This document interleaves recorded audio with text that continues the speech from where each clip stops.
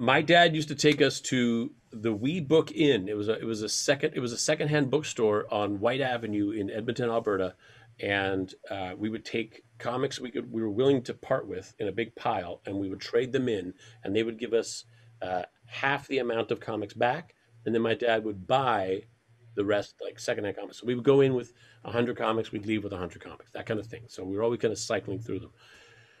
I was mostly Spider-Man. That was like my number one guy. Um, I would fall into X-Men really, really easy. Batman, Superman for sure. And then because there was always this kind of a mishmash of things, I was kind of dabbling in other things all the time. I remember some great Moon Knight comics, which I hear they're trying to make a Moon Knight movie now, which I'm pretty excited about. Um, I I remember there was a couple of short series, Ambush Bug. I liked the encyclopedias. They had like the Marvel Universe Encyclopedia. It would tell you each hero, how much their origin, how much they could bench press, and all that kind of stuff. I loved knowing those stats about heroes too.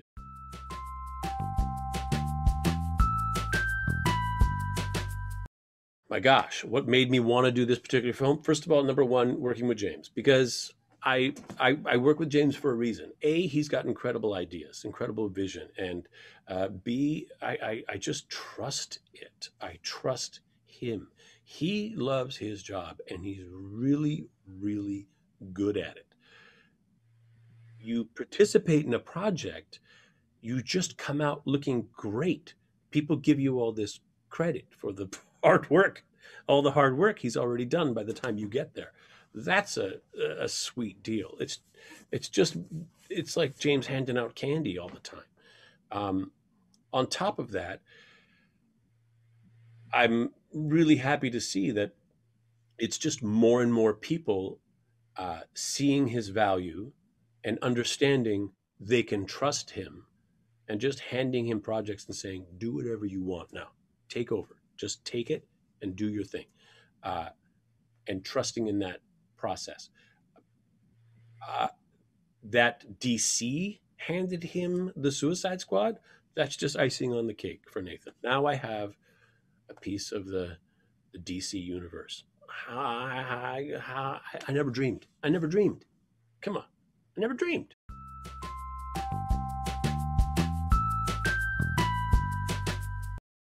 First of all, I just found out what TDK stands for. It's the Dark Knight. So I'm very excited about that. Second, uh, he told me about the character's powers, which I think we've seen now in all the trailers. He has the ability to detach his limbs from his body. Now we don't know anything about his vulnerabilities as of yet, but I'm going to share a little secret with you. I've kind of discovered his kryptonite, and it is his overconfidence.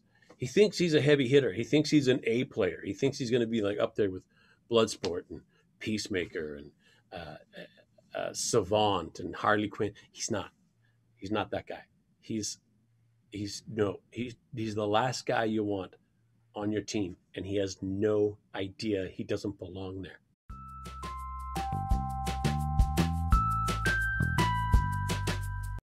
I know a couple fellas who have you know dipped their uh, foot in the superhero realms, and I said, "Hey man, just it's me, Nathan. Be honest. Uh, got a guy. Is it goofy to do like bicep curls or chin ups on set?" And he was very honest with me. He said, "It is, yes, super duper goofy. It's really dumb, and everyone's gonna make fun of you, and rightly so. But it's going to be on film forever, so you kind of have to do it. So don't just suck it up, and you're going to have to do that. So yes, go do it." It was good, very actual, really helpful advice. It was very very helpful.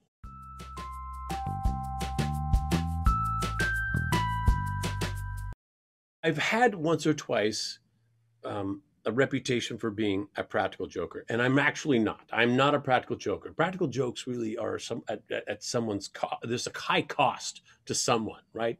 Someone, and then they want to practical joke you back, and I never like being that guy who gets practical jokes like where I got to pay a cost, like something humiliating or terrifying or painful. I don't want to. I don't want any of those things. But I will do overt uh, displays to honor someone in some way, shape, or form. And in this particular case, I had a couple of shirts made up um, of James Gunn's face. Now, it would be one thing if it was like a small face, but it was like the face. It was the encompassed the entire shirt, kind of top to bottom. It was very. It's jarring. It's jarring.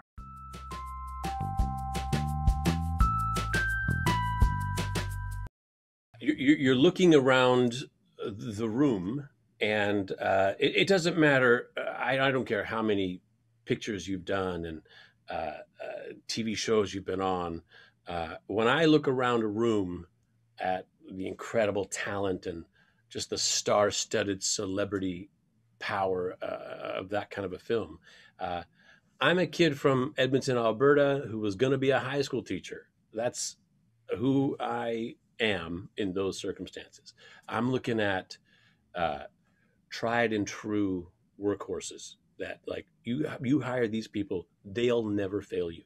I am looking at the thoroughbreds of the industry, the the people that you watch and say, oh my God, it's no wonder this person's on a rocket.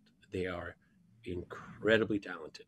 Uh, you're looking at people that you've never seen before that have been picked out of obscurity to come and participate. They're brand new talent, and you're saying, "Wow, there's something special. They've got it. Whatever that it is in spades.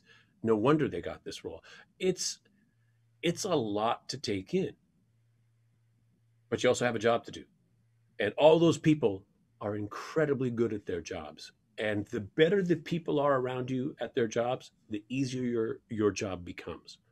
The more work they do, the less work I have to do. And case in point, I had to do very, very little work on this picture.